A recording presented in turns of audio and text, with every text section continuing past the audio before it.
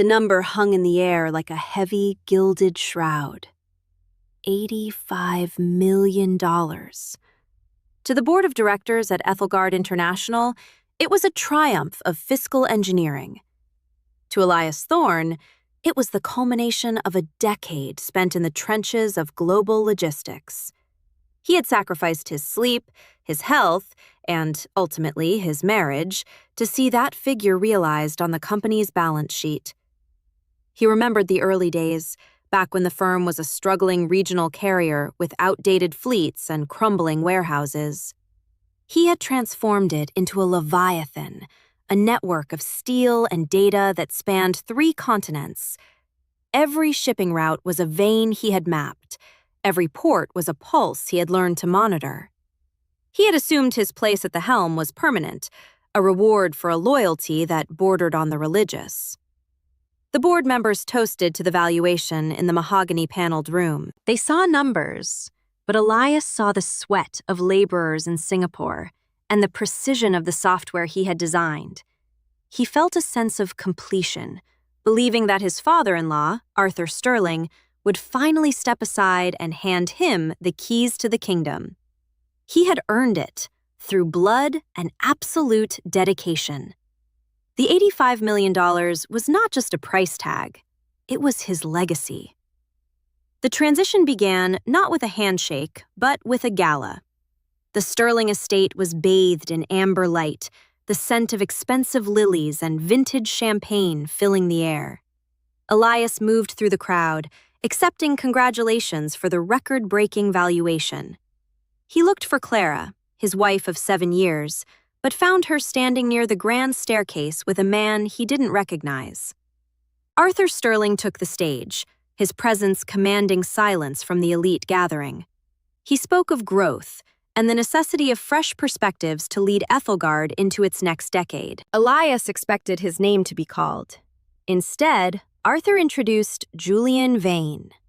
Julian was a man 10 years younger, a silver-tongued corporate raider who had recently become Clara's new husband in a secret, expedited divorce Elias had been bullied into signing just weeks prior. Arthur announced that Julian would take over as Chief Operating Officer immediately. Elias was being sidelined into a decorative consultancy role with no real power. The betrayal was surgical. He looked at Clara, and her cold, distant gaze told him everything. He was the architect who had built the palace, but Julian was the prince who would live in it. The flight to Cologne was a blur of gray clouds and bitter reflection. Elias didn't fight the termination of his executive contract. He accepted the relocation package to the company's smallest, most stagnant branch in Germany. The city greeted him with a damp chill and the towering, somber shadow of the cathedral. He moved into a minimalist apartment overlooking the Rhine, a far cry from the sprawling penthouse he had shared with Clara in London. He carried only 2 suitcases and a high-capacity encrypted hard drive he had quietly mirrored from the Ethelgard central server on his final night. He walked the cobblestone streets alone, the cold air stinging his lungs. The transition from power to obscurity was jarring, but it provided him with something he hadn't possessed in years: clarity. In the silence of Cologne, the noise of corporate politics faded, replaced by a singular, burning focus. He wasn't there to manage a branch. He was there to wait.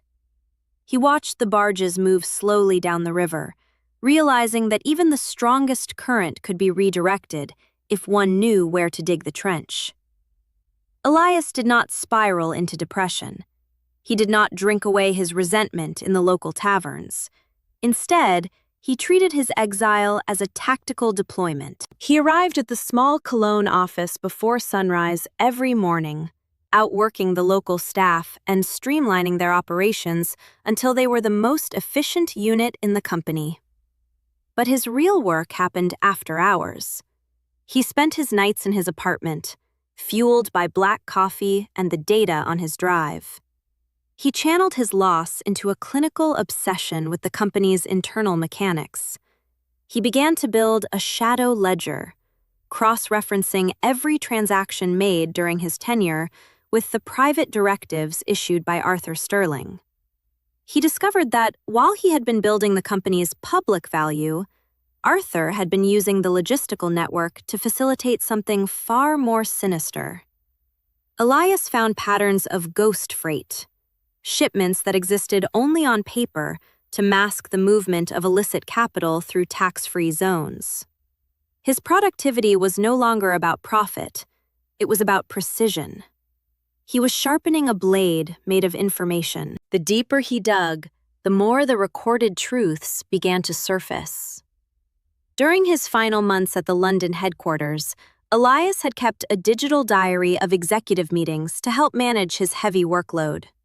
He began to listen to those recordings with a fresh perspective.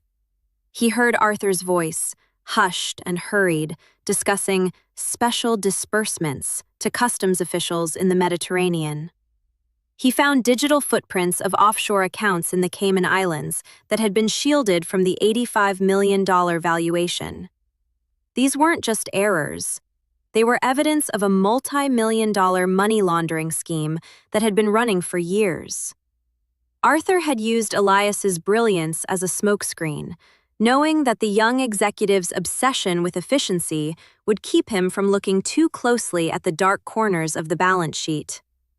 He also found a recording of a private conversation between Arthur and Julian Vane, dated months before the replacement. They had planned Elias's removal long ago, waiting until the valuation peaked so they could harvest the wealth and discard the gardener. The shareholders' summit in Frankfurt was intended to be Julian Vane's coronation. The elite of the European financial world gathered in a glass and steel skyscraper, eager to hear how the new leadership would double the company's value. Arthur Sterling stood at the podium, his ego inflated by the presence of international media. Julian stood beside him, looking every bit the modern mogul. They did not expect to see Elias Thorne. He didn't enter through the front doors. He accessed the building's internal media suite, using the administrative credentials he had never surrendered. Just as Julian began his keynote speech about the future of corporate integrity, the massive screens behind him flickered. The colorful growth charts vanished. In their place appeared a scrolling list of the ghost freight manifests, complete with dates, vessel names, and the corresponding offshore account numbers.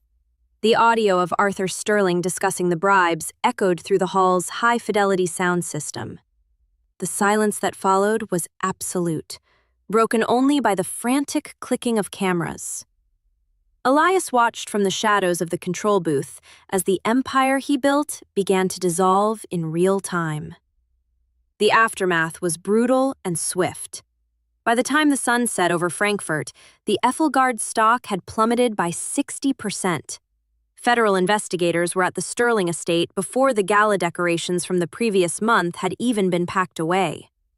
Arthur Sterling was arrested at his home, his legacy reduced to a headline about systemic corruption. Julian Vane, whose reputation was tied entirely to the Sterling name, was wiped out financially and socially within 48 hours. Clara, seeing the ship sinking, attempted to distance herself, but the paper trail Elias provided linked her personal trust fund to the illicit accounts. The corporate empire was dismantled by the very man who had designed its structure. Elias didn't feel joy as he watched the news reports. He felt a sense of equilibrium. He had removed the rot.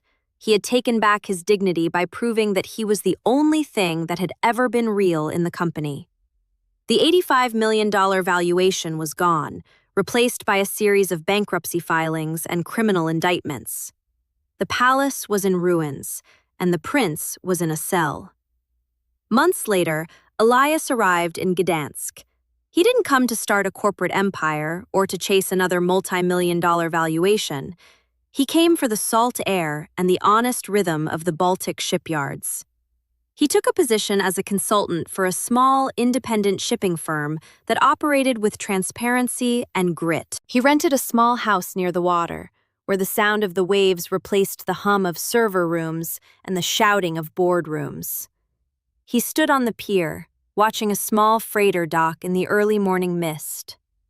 There were no hidden ledgers here, no ghost freight, and no betrayals waiting in the shadows. He had lost his marriage, his title, and his fortune, but he had gained something far more valuable. He had found the version of himself that didn't need evaluation to feel whole. As the sun rose over the Polish coast, Elias Thorne took a deep breath and finally allowed himself to be at peace. The dismantling was over, and the rebuilding had begun. Regardless of what the future held, he knew one thing for certain: he would never again build a house for someone else to live in. He was his own man, in a city that knew the value of a hard day's work and a clean conscience.